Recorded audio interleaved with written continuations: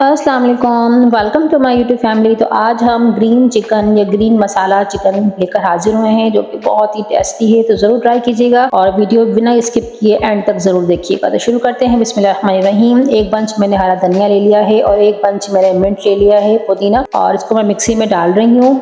और इसके बाद मैं हरी मिर्ची यूज़ करूँगी 4 से 5 अदद।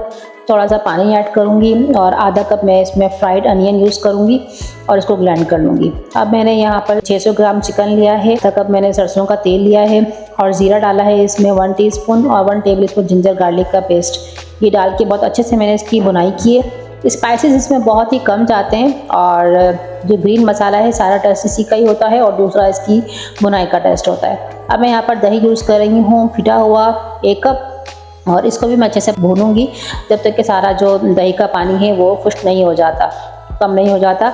उसको मैंने यहाँ पर तेज़ आंच से पकाना है। जब पानी खुश्क हो जाएगा तो मैंने जो हमारा ग्रीन मसाला बनाया था, आप जिसको ब्लेंड किया था मिक्सी में, वो मैं यहाँ पर ऐड करूँगी और इसकी पीछे से बुनाई करूँगी जब तक कि जो है इसका पानी भी रिड्यूस नहीं हो जाता और ये एक यूनिफॉर्म सा पेस्ट नहीं बन जाता।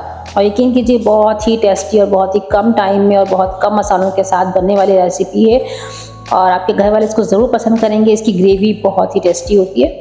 और ये देखिए बहुत अच्छे से बुनाई हो गई है इसकी, ऑयल इसका ऊपर आ गया है। तो अब मैं यहाँ पर कुछ स्पाइसेस ऐड करूँगी।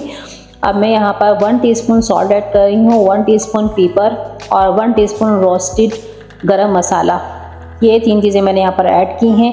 फिर मैं अच्छे से बुनाई कर लूँगी इसकी। और यहाँ पर मैं ½ टीस्पून चिकन फ्लेवर जो है वो ऐड कर रही हूँ।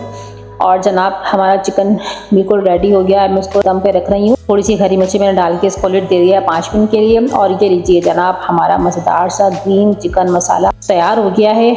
और यकीन कीजिए अब बहुत ही टेस्टी है, बहुत ही मज़ेदार है, क्योंकि ये बहुत ही कम टाइम में बनने वाली रेसिपी है, जिसको आप झटपट अपने दावत में, ईद पर, फेस्टिवल पर ट्राई कर सकते हैं और सबकी वाह भी ले सकते हैं। और इसका फीडबैक देना बिल्कुल मत भूलिएगा। और इसे इसकी रेसिपी पसंद आती है तो लाइक कीजिएगा, सब्सक्राइब कीजिएगा, फैमिली फ्रेंड्स में भी जरूर शेयर कीजिएगा। मिलूंगी फिर रेसिपी के साथ। अपना बहुत ज़्यादा ख्याल रखिएगा, दुआ में याद रखिएगा। अल्लाह नेगेबान।